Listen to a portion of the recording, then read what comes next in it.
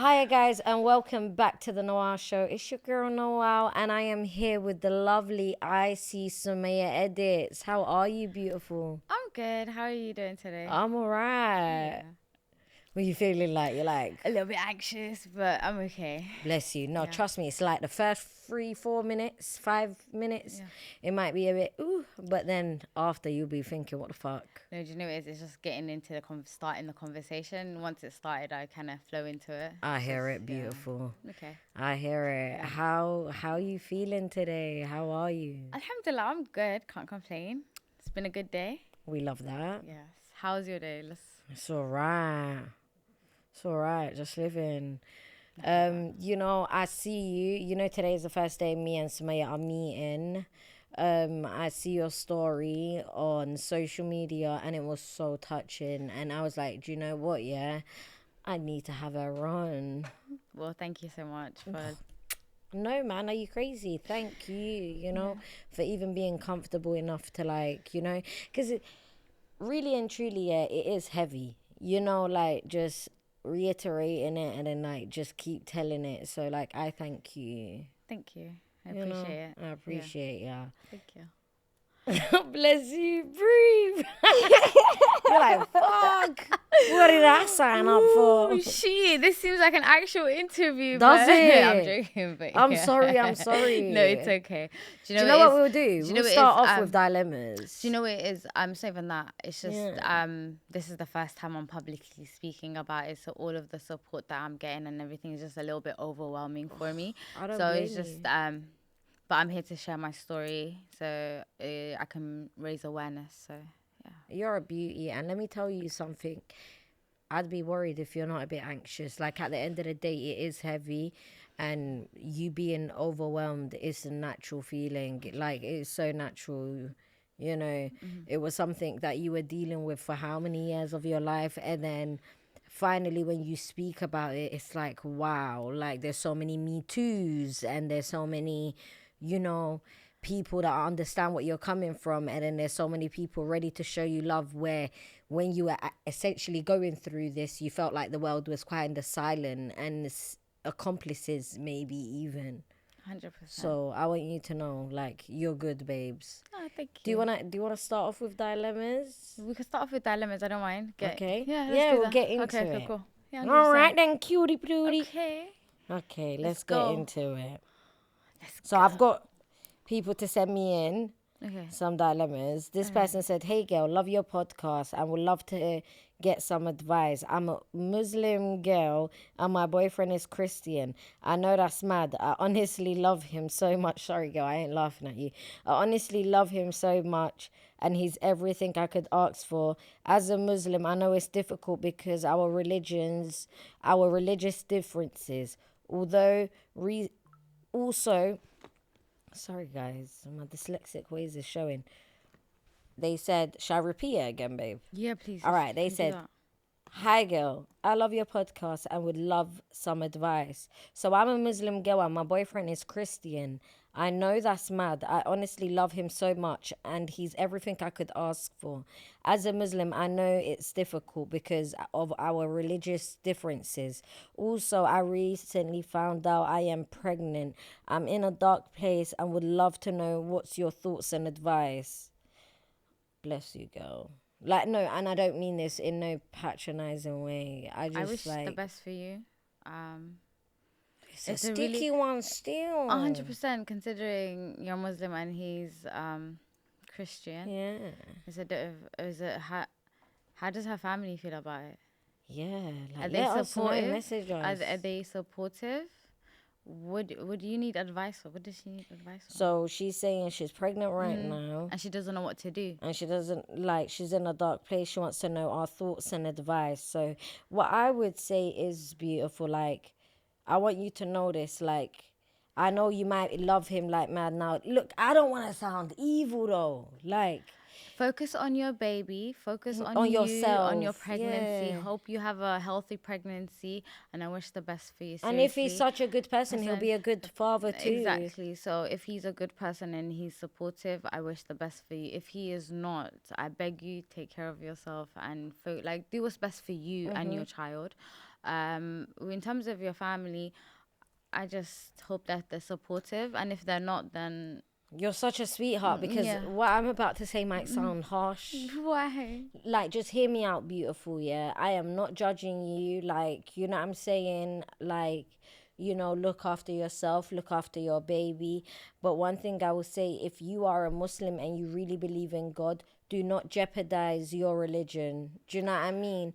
Because I feel like, yes, you might be love this man, you might, you know, really like him, but it's like, you know, your religion doesn't allow you, you know, to marry like a Christian man. Do you get it? Like, if you was a boy, I know this sounds mad that I'm gonna say this, but if you was a boy and you said this, I would have been like, all right, make it halal. Quickly just get married. Obviously wait until you have your baby. Don't do the typical Somali thing, like, you know, with the respectability politics. But I would have said, you know, just quickly get married. But in Islam, you can't like have a relationship with a non-Muslim as a woman. I pray God gives you a man that's Muslim, or maybe even makes him love Islam. Maybe introduce him to Islam. Maybe, you know, tell him, you know, like, this can't be us forever if we ain't got the same religion. I'm more worried about you jeopardizing your relationship with God. Like, I couldn't care less about anything else. I want you to be amazing. But wouldn't you think that she's already Doing that. like her choices is already that she's with the man, she's already pregnant at this point. So I guess I don't know. I don't know why she's in a bad place. Yeah. I wish her the best. Yeah, we wish you Do I the best. sound dark? No, you don't sound dark, but you're pointing out the what a Somali parent would say, like in terms of like someone. I'm a little fob, innit? Do you know what I'm saying? But no, it's not that, it's religion. It's religion. Yeah. Well, like, you're right what you're saying, Yeah. but at the same time, you can't really, like, I get it. Like, as much as you would like to give somebody advice like that, it's just they won't take it. So why would you? You're just giving your energy out, is what I'm saying. I feel bad. Sorry, but babe. no, there's no badness. No, Yeah. I think Human, like, you're coming from a good place. I understand that, but also, she's already in that predicament. It's not I like hear she's it, now. but It's my not, it's not thing her. is, yeah. Her thing wasn't, oh, I'm thinking about dating a Christian man. She's like, I'm already dating one, I have, and I'm I have a pregnant. baby and I'm pregnant. Yeah. So she's deep in it. Yeah. Do you get what I'm saying? But I do get But what then you're she saying. clearly knows there's something Something. for her to send it in, right? Exactly. And so. and And you're correct to give your Yeah. opinion. I'm not Yeah, saying no, that. no, I hear you, Queen. I hear you. I'm I just hear saying there's you. another side to it as well. But I hear yeah. you. Well, I wish you nothing but the best, 100% Queen. says we wish you, You nothing know? but love and a healthy pregnancy. Mwah, And take care of yourself. Take care of yourself, 100%. For real. Do what's best for you always, and your child. But you. Ooh, yeah, no, 100%. But yourself, 100. 100%, yeah. Don't even be worrying while you're pregnant about anybody else. Like, worry about yourself, you know? 100%. And I hope the guy is a supportive man and he's taking care of you too. So Yeah. I pray wish you the God best. puts khushu' in his heart and he falls in love with the religion. That's all I can pray for, you know, with 100%, you. Yeah. Okay, shall we go to the next one, Let's go to Queen? the next one, yeah. All right, this one says, I've been dating this guy for 8 months. I thought things were going well until recently he got into a really bad car crash and ended up in hospital. When I found out, I rushed to the hospital to see how he was, but he was in a coma. Also, there was a girl in the hospital crying.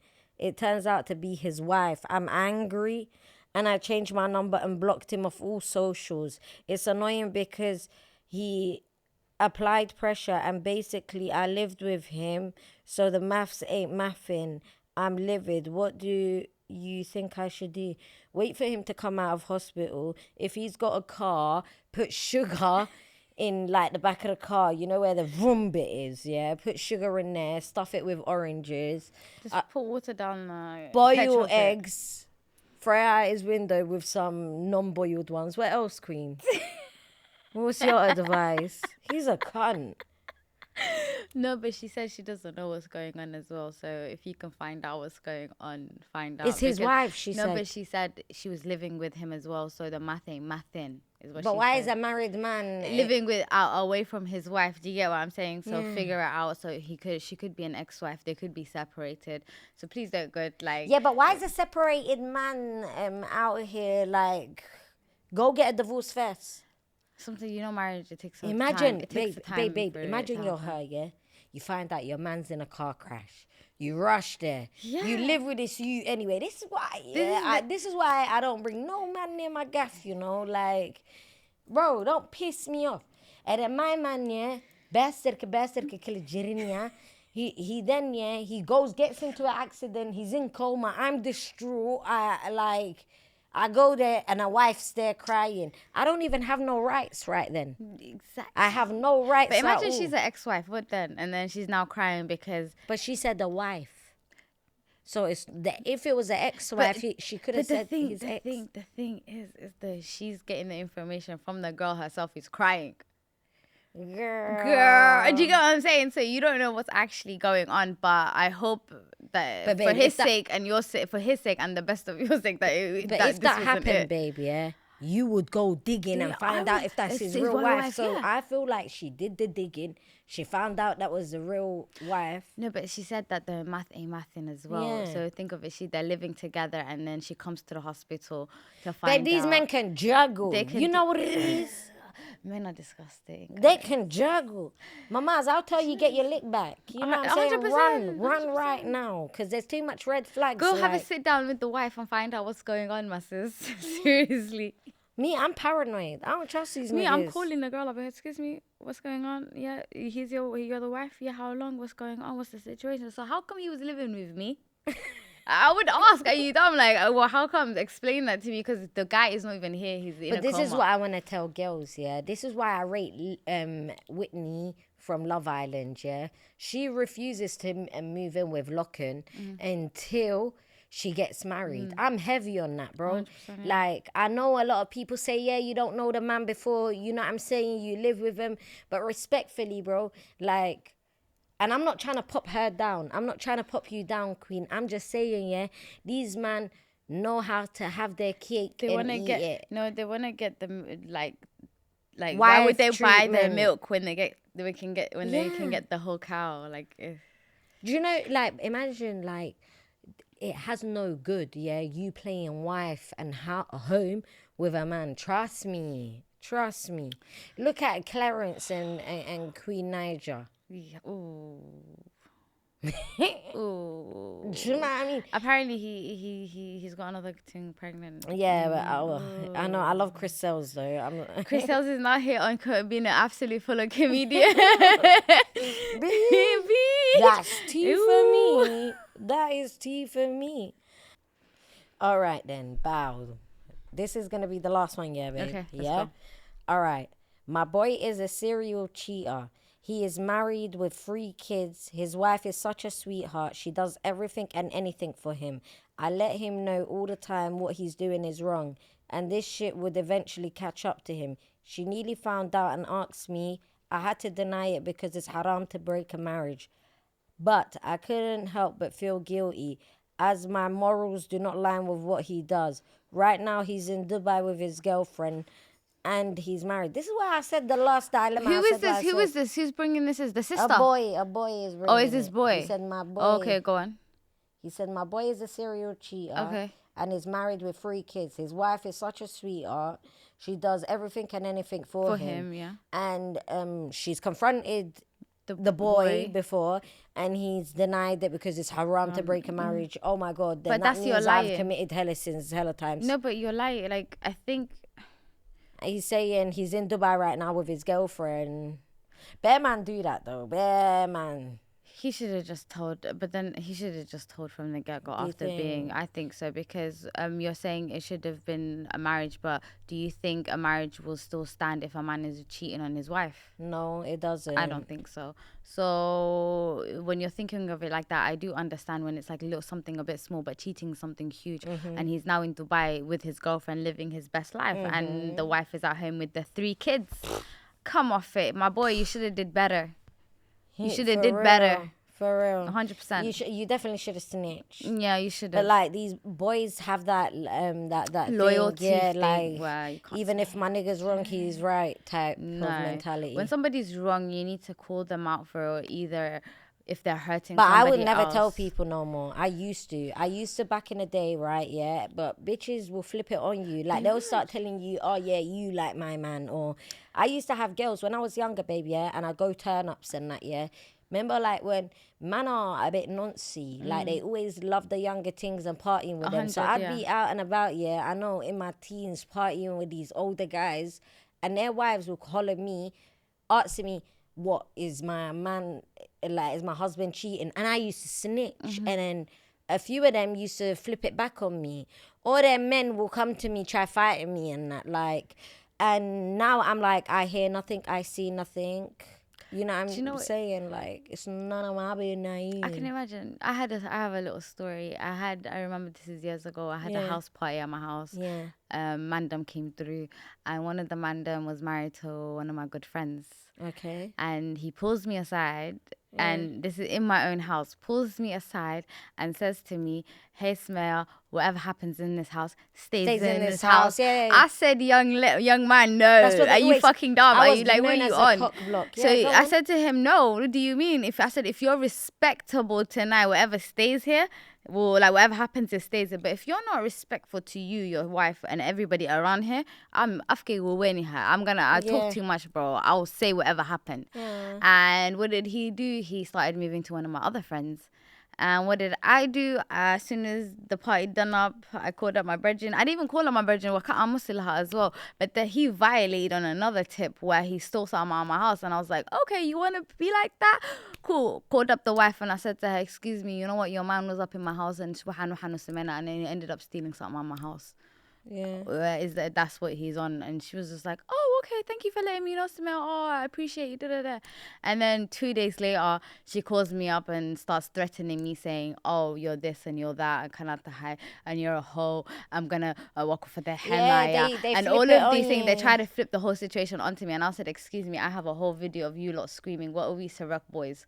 Do you want that out? And I'll send that to your family. And where you got I hear it. Like, I'm not gonna lie to you, a lot of people do that. And me growing up, I was known as a cock block because I swear down, niggas would actually opt into telling girls don't bring no out, and then the girls want me to go out with them, so they'll be like, why is it always you snitching? But I used to say, but why do you lot think it's okay what they're doing? And I'm gonna be real, yeah, a lot of girls, no man are married. Majority of girls that are dealing with married man know that the man is married. They like the girlfriend treatment. Usually the girlfriend's getting flown out to different country. Usually the girlfriend is the one he's having this fun time that he should be having with his wife, while the wife is back home keeping the house down. Do you know what I mean? Like the kids, the house, you know what I mean? Everything. And I always found that weird. Do you know what I mean? So I was always the known snitch. Now me, if you do badness in front of me and I see it, I'm telling.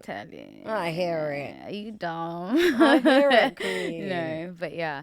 But also, back to the dilemma. Yeah. I think he should have just told, but at the same time, I could get where he's coming from. But I hear it. Don't be selling dilemmas if you ain't ready to do nothing. Yeah, exactly. You hear me? Mm-hmm. Actions. I hear it. Yeah. But yeah, that was fun. Please keep sending in your dilemmas, guys. 100%. You'll get Noel's full-on opinion, advice, and everything. Man. Always ready with something. 100%. But yeah, man, getting to know you, Iseesumaiaa. So tell us, Iseesumaiaa, how old are you by Ma'anta? I am 31 years old. Allahumma barak. Black don't crack unless you smoke that shit's naive. And even then, somehow you still can come back from it. But yeah, you look beautiful. Allahumma barak. Thank you. That one's young, you know. Yes. But I feel I'm old. 30 soon. I feel like I have old soul, if that makes sense. I hear it. But yeah, you're 30 soon. When are you hitting 30? May. Hey. Coffin Dodger, yes, Coffin Dodger. We made it, 30 years old. I think as a BPD girlie, I think it's an achievement to at least hit 30 years old. So yeah, congrats, is. I feel like The unaliving age usually is like 27. I feel like, Yeah, yeah. you passed that, but hitting You 30 did is too. I'm proud another of you, achievement Queen. too, man. For real. So happy early birthday, but Thanks, Queen. Got a couple wish you all the months. best. Thank you. We're Thank gonna wish you you. again, but I hear it. How are you though? Like, tell us about you, like, how was your early years, like, growing up? Where did you grow up? I grew up here in the UK. Yeah. I went primary school here, and then I moved to Egypt for secondary school. Okay. Did a few years in Egypt, Yeah. and that was, I guess, my education. I think I finished education in year 8, Yeah. and then year 9 I was homeschooled. Okay. I think year 10 I was married off. Wow. Yeah, I didn't get to do my GCSEs. I had to. So tell us, like, how was it when you were leaving the UK? Was you happy with leaving the UK? Oh no, we left the UK as a holiday. So it was, I think it was I can't remember. I think it was 2004 or something. We went for a holiday, and my mom was just like, "Oh, I love the culture. I love this, and I'm staying." But I'm also now finding out that it was my father who pushed my mom to stay, and my mom didn't want to stay. Okay. So narratives, like, I'm just now finding out that my dad had a whole control over everything. Okay. Yeah. So sorry to hear that. So when you left the UK, you wasn't happy with that. You went over to Egypt. How long did it take you for you to, like, get used to being in Egypt? Because I can only guess, like, you went there for a holiday and then they were like, bow, you lot are staying. So if you could tell us about the emotions you were feeling and how did that happen? Was you lot ready to come fly back and you lot heard, or as soon as you lot left? It was we spent the holiday, and as we're now getting ready, a week is now like a few days to a week. My mom's now packing her things to get up. So I'm thinking, why are we not packing the rest of our stuff? Like, why are we not going back? And she's just like, no, I'm going back by myself and you guys are staying. I'm just gonna go back, finish up, like close up, like do and last minute things and close things up and come back to fully stay in the UK, in Egypt. So that's how I was told, and it was a shock. Number one, I cried my eyes out. I remember I also cried my eyes out. My mom going to the airport, leaving me, and I think that was the first time my mom ever left me anywhere, anytime, and it was too much. Does that make sense? And I think that was my first a little bit of trauma that kicked in, and it was just from that point forward, it was just one thing after another. But yeah. So, like, I'm sorry, man, to hear that, you queen. So, when you was in Egypt, how did it how was it getting into, like, schooling over there? Because I can only imagine it's two complete different universes. So there's, like, different schooling systems in Egypt in itself. Yeah. And my mom decided to take me to the Islamic one. Okay. Al-Azhar. Okay. And that was scary. Not scary, Was it but a culture shock? it was a culture shock, but not just that. Like, it was a lot of things, basically. I didn't speak Arabic. I didn't understand anything. And it was just a whole room full of other kids. And probably I was the only black person in that specific class, if I remember like correctly. And it was just a thing where I remember one of my first lessons and was Arabic, and at this point I know how to read and write Arabic because of the Quran and Duksi and stuff. But I just didn't know how to speak or understand it. And the one phrase I did learn over the summer was, "Oh, I don't know." So there's like Egyptian dialects of "I don't know," and there's like a normal Arabic basic of it. So I knew those two ways of saying "I don't know," and I decided to write "I don't know" and all of the little questions on the thing. And I'm very proud of myself, and I'm thinking, "Oh my God, this is so cool! Like, I can do this." And I give it to him, and the guy, the teacher looks at the paper, looks at me and slaps like right across my face. And I had a handprint on my face for a good week.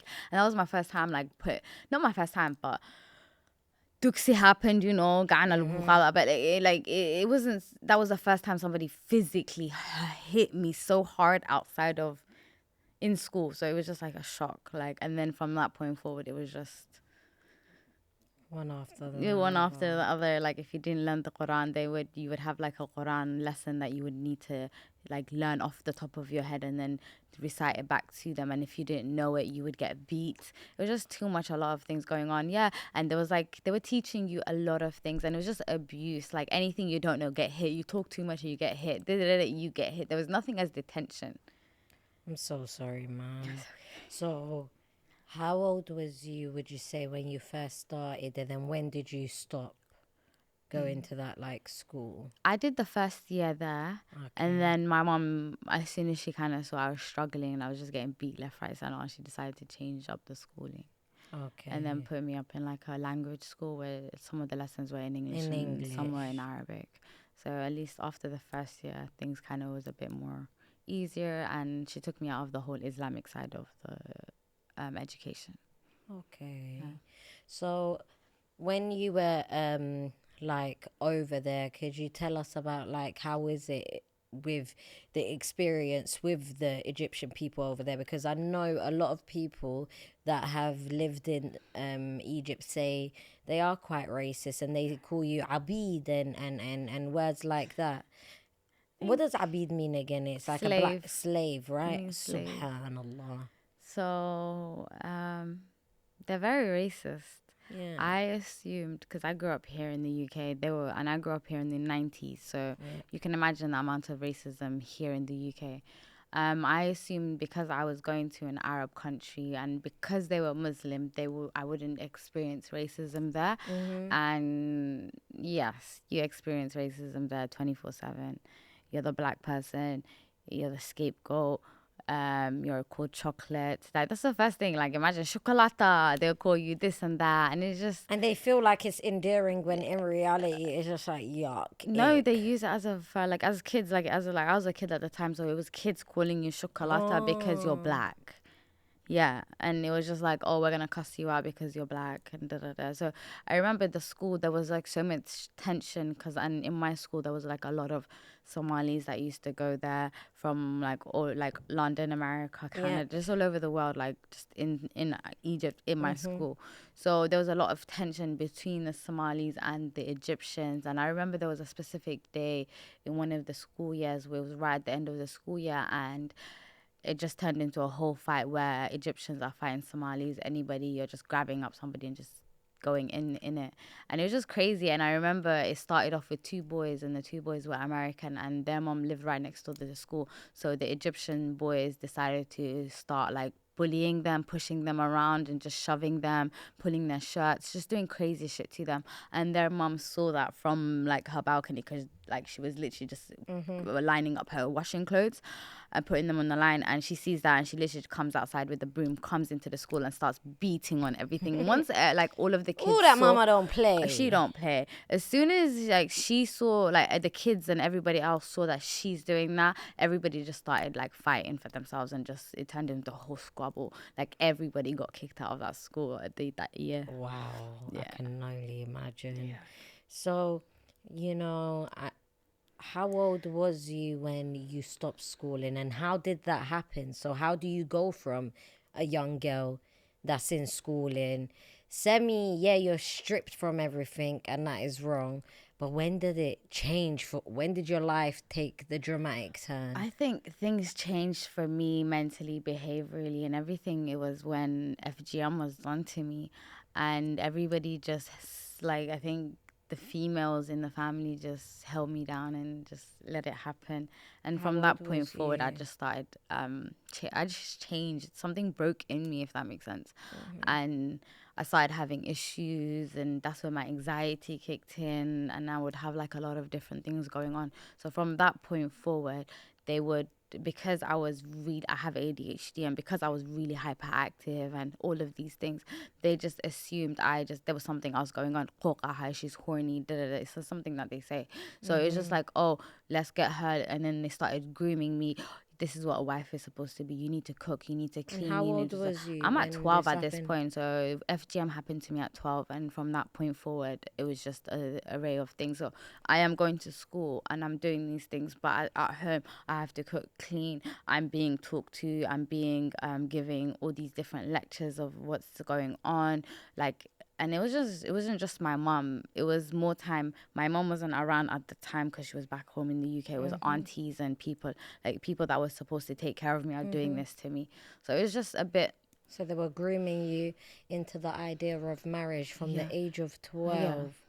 And, you know, was there ever times that they presented you with someone and tried to get you to talk to these people? 15. As soon as I hit 15, that's when they said we've had enough of her antics and stuff like that. And they've decided, my dad, I guess, from my mom's, like, I think from my mom, like, having a conversation now with my mom, she says she was against it completely. Okay. And he went behind her back to have me contact some guy in Somalia through email.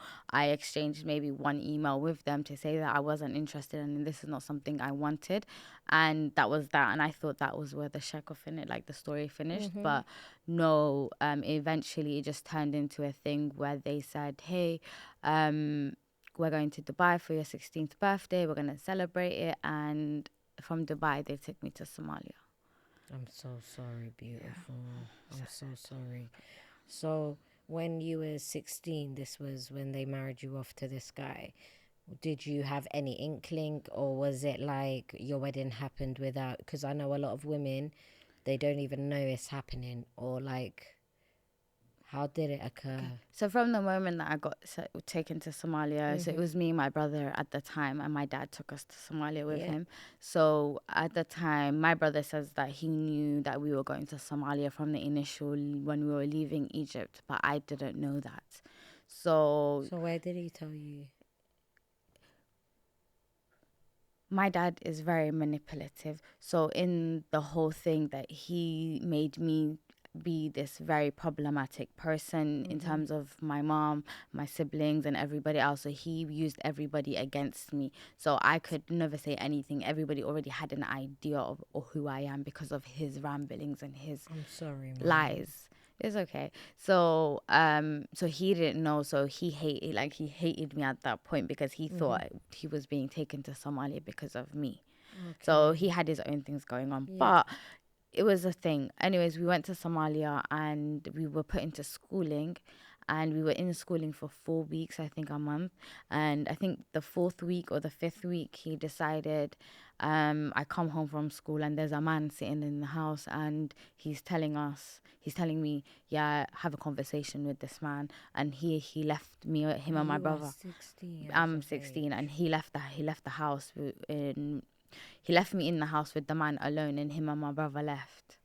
And although like I tried to be respectful and whatnot, have the conversation with him, but I did go back to my dad and I said, I don't want nothing to do with this. Like, I really just want to go back to the UK. I'm 16 at this point. All of my counterparts are doing GCSEs, and I really just wanted to go back and do my GCSEs, go back to school, just be a young, carefree girl. That's all I ever wanted. All I've ever been crying for at some point. I think, was it when I was 12, 13, they stopped me from school and started homeschooling me. And from that point forward, I was just like, I want to go to school. I just want to go to school. Take me to school. Like, why are you guys doing this to me? But I'm yeah. so sorry, beautiful. It's okay. It's okay. Sorry. I just want to let you know, like, you're such a young, strong woman. You know what I'm saying? I love the fact that you're being a voice for others. You know, like, you're a queen. I love the way you work on yourself. You know, like, you're seen. You know what I mean? Thank you. But I'm yeah, so sorry. So anyways, that happened. And I think from the moment I met him to a week later, I don't even think it was 7 days later, I got married. I'm so sorry. I'm so sorry, beautiful. Do you want water? From a crybaby. Yeah, man. I'm such a crybaby. I'm like, so sorry. This whole crying thing is new to me. I'm not a crier. So no, but I want you to know something, up. though, yeah? Like, when you revisit these things, you're revisiting emotions, you know? Yeah. So understand, like, this is more than okay for you to cry. You're allowed to. Crying is not a weakness. It's a sign of emotional intelligence. And I want you to know that, like, you are goated. Like, Oh man, I adore you. I appreciate you, Thank and you. like, thank you again. No, You thank you know, so much. if you ever want to stop, No, it's let me okay. know. We can You know, carry on. and we can continue this another day, No, bish. it's okay. Let's go. Let's go. Okay. Me, I'm like, we started it. We're gonna go. I hear Either way, you, we're gonna Queen. get the emotions out. So what the hell? Come on, cry, mamas. It's Let's okay. go. Okay. So, Yeah. it took 7 days. You was in Somalia, and it took 7 days within, Meeting you him. Too. meeting him, for then for you to be married off to him. How old was this man? He was 9 years older than me. Wow. So Fucking what? nonce. 20, 25, 24. I'm so sorry. So, where did you live after? We lived in Bosaso. Okay. And basically my dad had set up the place that we were living in. Me and my dad and my brother. He left the house to the man and continued to pay rent for the next 6 months, 7 months for it. And then he also paid the man $2,000 to take care of me. I don't know what it was for. But also, and he left. Him and my brother then left to Kenya and left me in Somalia by myself. So how long was you there until you Left. So tell me, I don't want you to make you revisit every little thing. So if you want to gist it up, you can gist it up. How was life, and when was it that you left? How long were you there for? Was you with this man? I'm so sorry. I feel so evil, man, asking these questions. Do you want to stop, babe? No, it's okay. Let's go. Basically, I was, let's say, from the moment that I got married to the moment I left was 4 months. So I got married in January and I left by April, mid-April. I was gone. In that time frame, I was cooking, cleaning. I had a little bit of help from his sister in the beginning months. In the beginning couple of weeks furthermore, and after that she was gone, so I had to do everything. He was just abusive. I don't really want to get into it, but he was abusive. I hear you. And once I found out I was pregnant, I called my mom and I told my mom he's abusive, like he hits me. He wasn't hitting me at the time, but it was sexual abuse. And I didn't want to relay that to Hoya, and Hoya said to me, he's your husband, it's your duties, because that's what they've been telling me my whole life.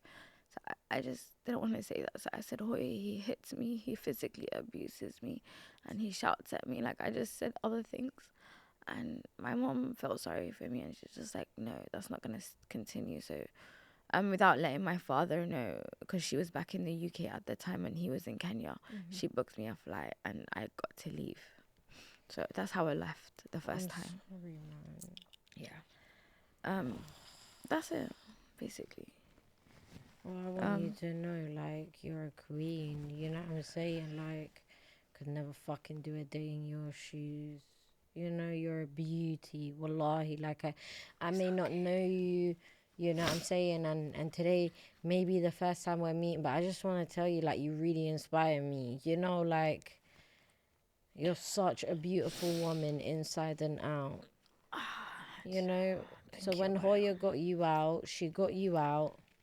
And where did you go back to? Egypt or back London. to England? Back to the UK. She was living in Birmingham at the time, so I came back to Birmingham.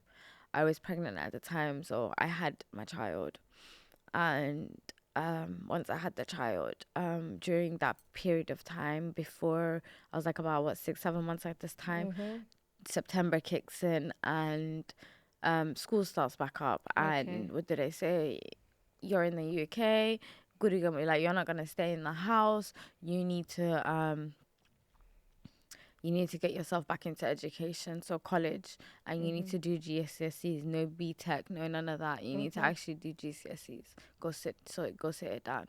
And I told them, hey, I'm pregnant at the moment. I'm tired. I don't think I'm capable of doing it. And they forced me. They were like, no, there's no way you're gonna stay in this house without going to education. So I was forced back into college. I was going college, but college turned out to be my escape.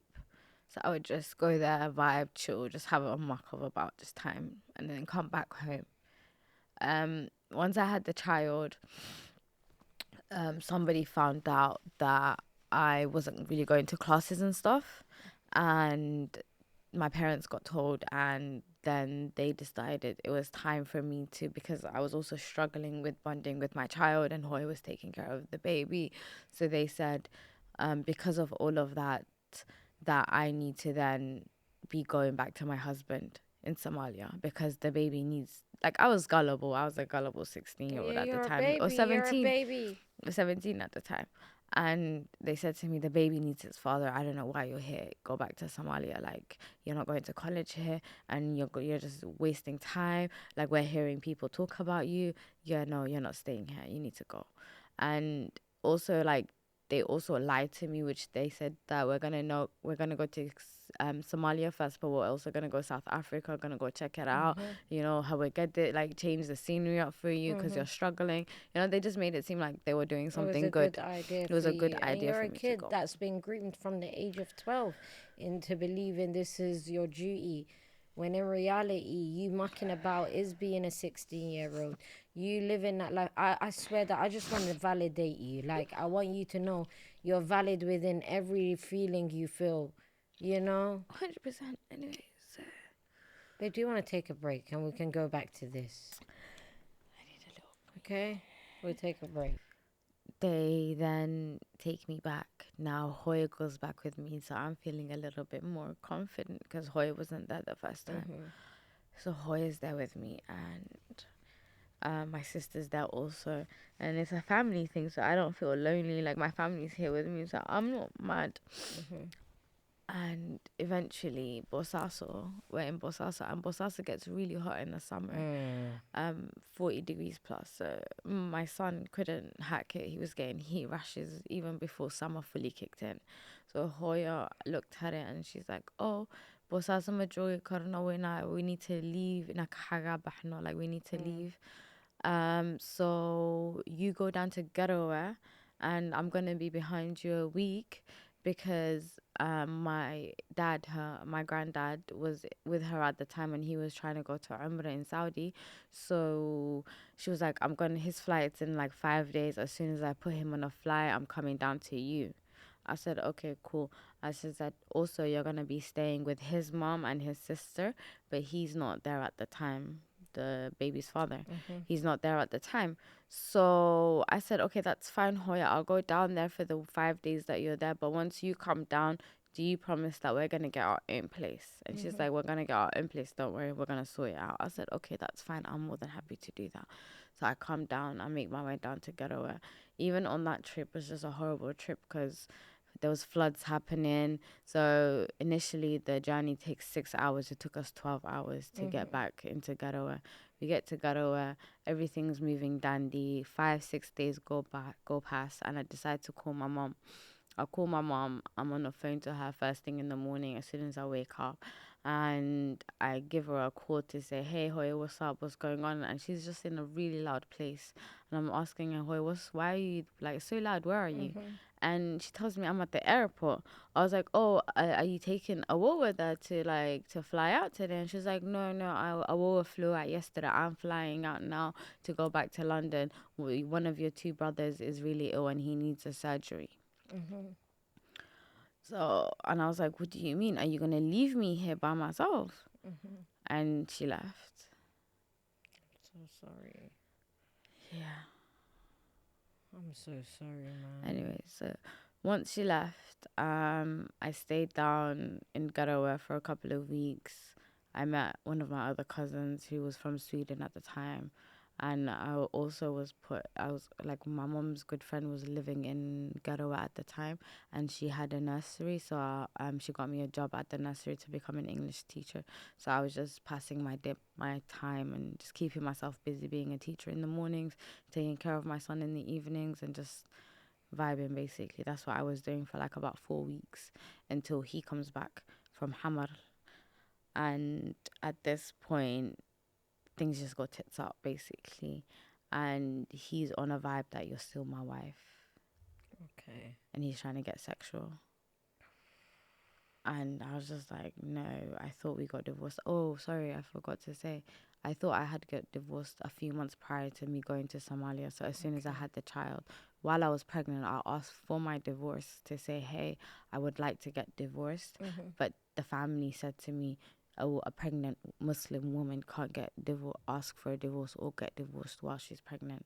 So I believed what they were saying to me. So I thought, okay, cool. As soon as I have this baby, that's the first thing I'm gonna ask. So I had the baby, and the first thing I asked for was a divorce.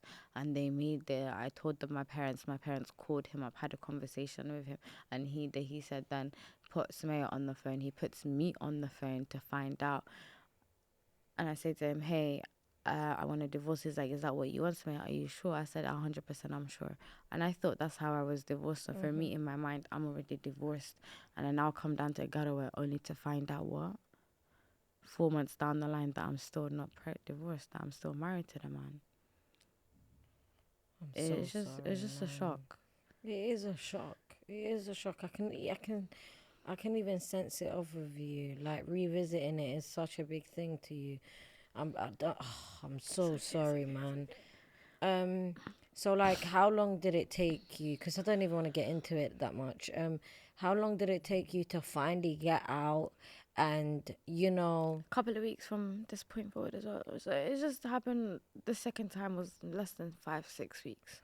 okay. So I So think he was did back. you conjure up a plan? No, let me tell you what happened. Yeah. He put hands on me one morning Okay. on my way to work, because he just got angry. He wouldn't get what he wanted out of me, so he slapped me. Once he slapped me physically with the baby on hand, I just didn't feel comfortable after that. So after that, I called up my cousin and I said to her, hey sis, he put hands on me this morning and I don't feel comfortable and I don't want to go back to that hands. And it's not the first time he's doing some dumb shit. Like, he's trying other things as well. And so she was just like, I'm come to me, we're gonna have a conversation, we're gonna call your parents and let them know what's going on. So I go to her, we call up my parents, and my parents don't pick up the phone call. Nobody. I call my mom, nobody picks up. I call my dad, he doesn't pick up. I call the house line, nobody picks up. So at this point, she's like, we're gonna call my dad. So we call up her dad, because her dad is my Adher, because her and my dad are related. So we call Adher, and Adher tells us, is that what's happening to her right now? Okay, cool. Well, she's not staying in a niece of mine. That's not happening to her on my watch. Take her out of the house, and also call up another cousin of yours, a man, to take to the house and for him to pick you up from there. So we did that. We called up the cousin, and me and her decided to go back to the house, pack up my things and my son's things, and leave. So we get back to the house now. As soon as we get back to the house, I don't know, maybe his mom sensed the things that happened from this morning, or he told her, I don't know. I come back in, I pack up my things to leave. I put me and my baby go back into the room with my cousin, just being quick, hurried, hush, being hella suspicious. And she must have called her son. So by the time that we come out of the house and our cousin's telling us we're literally outside, her son is also driving down the road, like really driving down the road, like proper Angry, speeding, yeah. angry as fuck. So I already know what's coming to me, because he's already put hands on me a couple of times beforehand. So now I give the baby to my cousin and I say, hold the baby. And as soon as he flies out of that car, all he does is fly kicks me on the chest. I fall back, my head connects with a rock, and I fall unconscious. I come back, I wake up back to my cousin and my son my cousin and the man playing with my son as like a tug of war type of thing. She's pulling him and he's pulling the baby off of her. They're having a fight over the baby. Yeah. So I pull myself up and I start charging at him, and I decide to have a fight with him to let go of my son. And it just turns into a whole crazy thing. And eventually it just turns into them trying to drag me back into the house, and I'm screaming, I'm not going back into that house. I see the man slap his mum. It's just so much shit was going on, to the point where other people, outside people, tried to get involved. It was like, what is this happening? Nobody cared. All they cared about was shame. So it was just a This time you're a situation. young, vulnerable child with another child. And going through it. I am so sorry, Queen. And my cousin, like, God bless her soul, like, I'm only here because of her as well.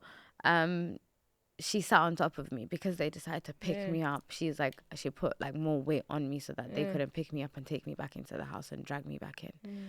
Anyways, from that situation, my family got called. My family didn't believe that this is what happened to me until a man spoke to them that was Yeah, that are there, there. you know, and he said, "This is what happened, Sana. Like this, is, Yeah. they beat the fuck out of her outside on roads. They've done that in behind closed doors. What are you on? Like right now, if you were to see your daughter, you'd be shocked with the way she looks." So they, and then at that, all this is going on. They gave me an ultimatum. They said to me, either you go back into the house with your son or you can leave without your son. And I didn't feel comfortable going back into a house where a man was slapping his mom on broad daylight and everybody saw, and he's beating me up in broad late daylight. I just didn't feel comfortable. So I left the baby and I went with my cousin. And that's how I left. But after that, my dad and my family, the next day, they came back and gave me $1,000 for my meher or something to say, here's your divorce papers. You're now fully, finally divorced, and here is your meher, half of it. And they gave it to me. And they also, my dad then gave me another ultimatum to say, you don't have no, I wasn't even an ultimatum. I didn't have a choice. Go to Hargeisa to go to his brother's wife, that family there.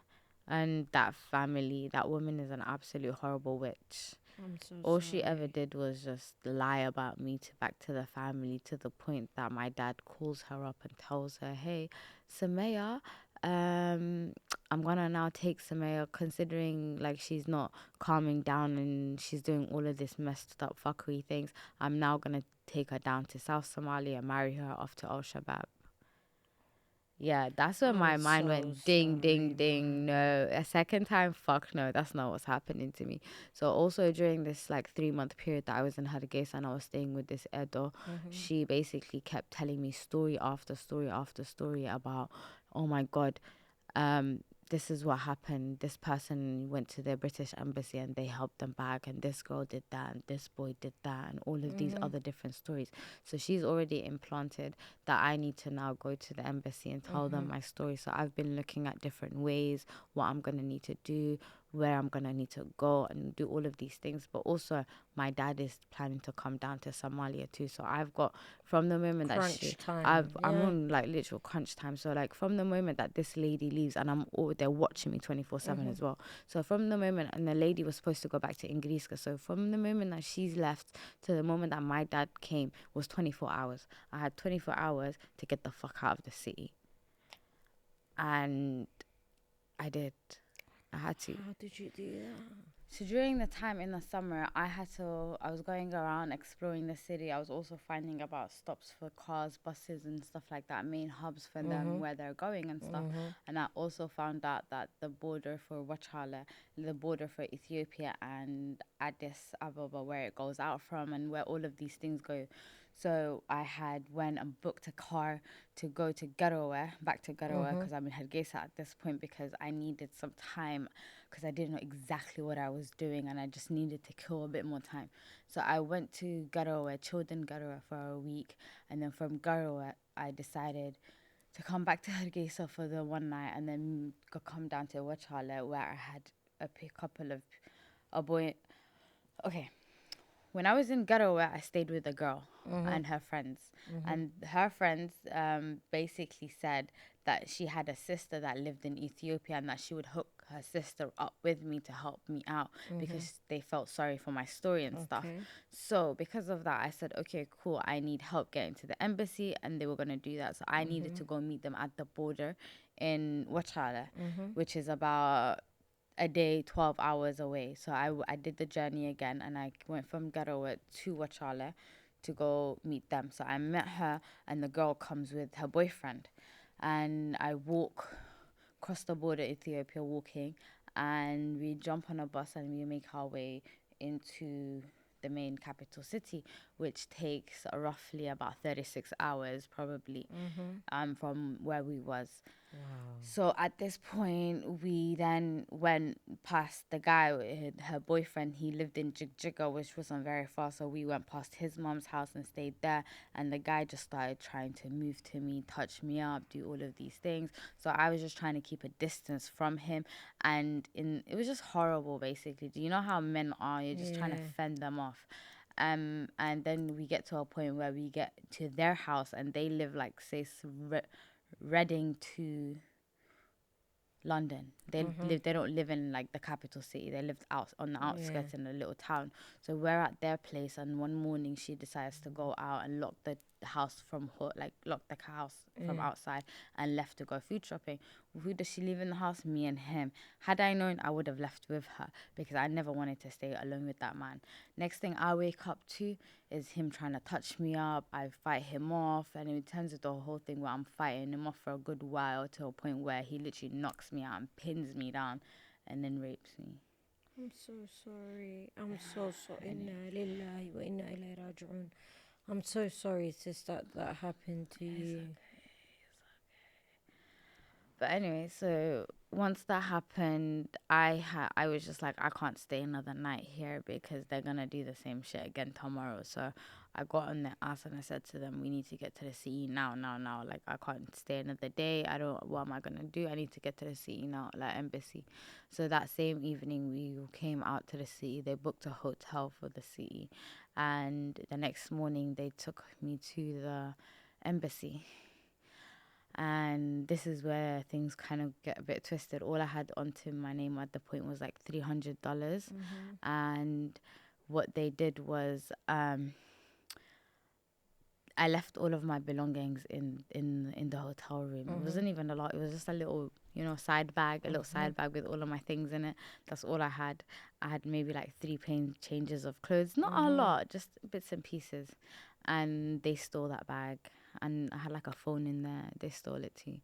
So while I was at the embassy dealing with the embassy, I was in there for like a good 12 hours straight from the moment I stepped in. They didn't let me go until the day was finished.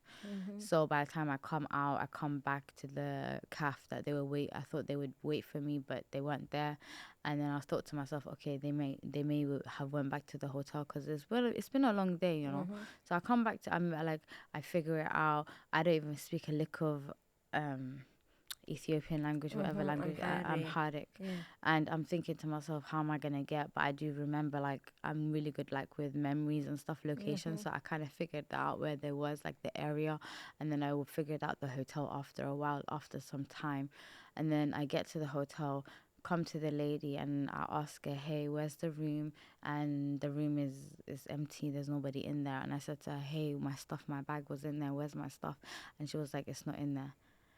So they stole the $300 that I had. I'm so sorry. They left me without a single item of clothes and anything. So now I'm stuck in the roads of Ethiopia by myself, 17-year-old, not knowing where the fuck to go. So I'm now just like looking around. I found a shop, an auntie shop, and then it was a Somali auntie. So I went in there, kind of like already tears. I'm scared. I'm in Africa. So many people are just trying to. It's scary. So I'm here crying my eyes out, not knowing what the hell I'm gonna do.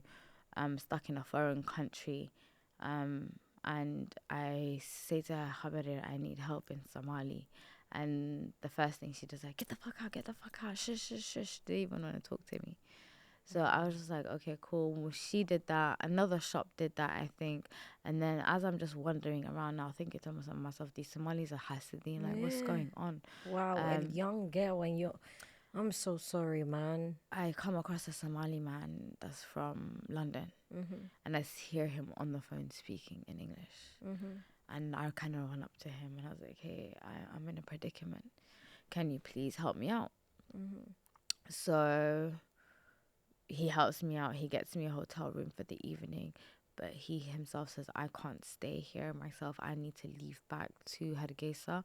So he dipped out, but he said, my uncle is still here and I'm going to leave my uncle with you and my uncle will help you out. So his uncle came to me in the morning at the hotel, took me to the embassy, made sure I had everything that I needed, made sure like he gave like he was just like, he got me a pair of clothes, made sure I needed everything, took me to the embassy, and then left me at the embassy and said, I hope they take care of you. Okay. And he did that, and the embassy took charge from that point forward, put me in a hotel for the night, and then brought me back. And that's how I came back. And I think I was still 17 at that point, and they put me in social services. So yeah, that's what happened. So sorry. And you know, I know you told me earlier you made sure your siblings and your family could never go through that again.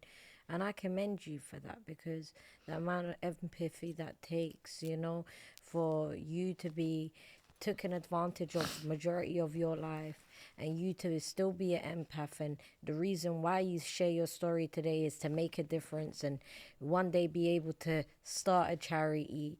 You know what I'm saying? That shows a lot about your character. And I hope you know this. Like, you know, this doesn't define you. You know, you are a beautiful, beautiful, like, inside and outside young lady. Bitch, you still young. You know what I mean? Like, and I'm so sorry. No, it's okay, girl. But thank you so much. I appreciate all of the words. So, did you end up getting your son back? That is a long story, but yeah, I did initially have him back for a bit, but because of my mental health issues and all of the other issues that I'd be having, I thought it was best that he have at least one loving parent, and his father seems to take good care of him. So I'm proud of you, man. So I just moved. That takes a lot of courage still, you know. And I want you to know you're fucking beautiful inside and out, mate. Like, Sumaiaa, I honestly appreciate you for having you on. Thank you so much. You know, when you came, you know, I know you're a lash tech. I know you're a lash tech.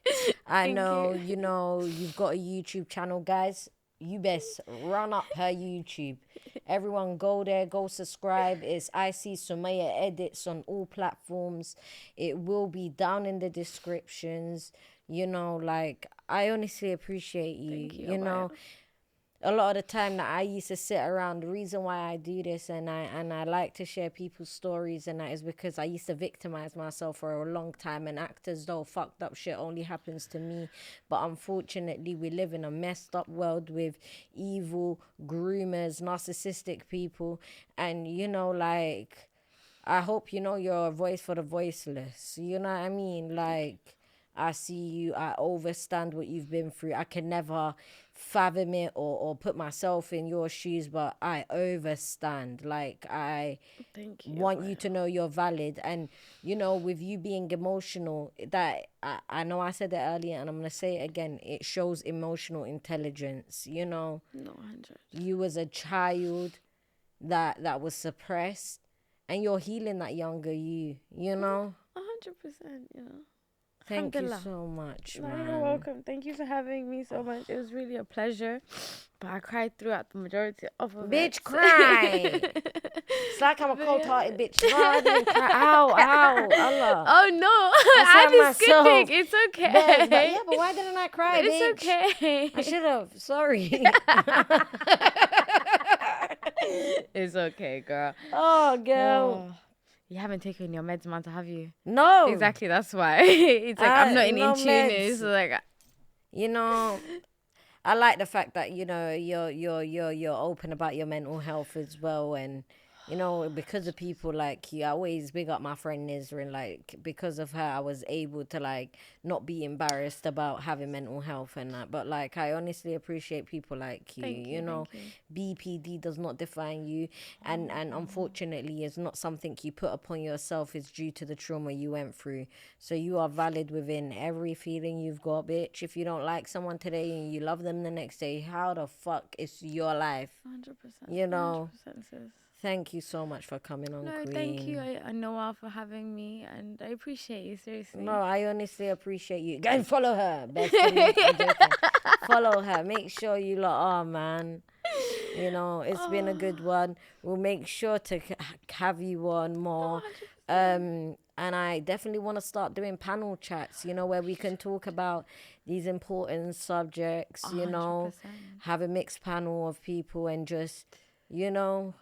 I think that would be a really great start to like maybe bringing more awareness, like different people having different opinions and different things happening to them, And educating others. 100%. 100%. If we don't talk about it, how would people be aware about it? Does that make sense? So, you know, thank you again, Queen. thank you, Ovi, for having me. Mwah.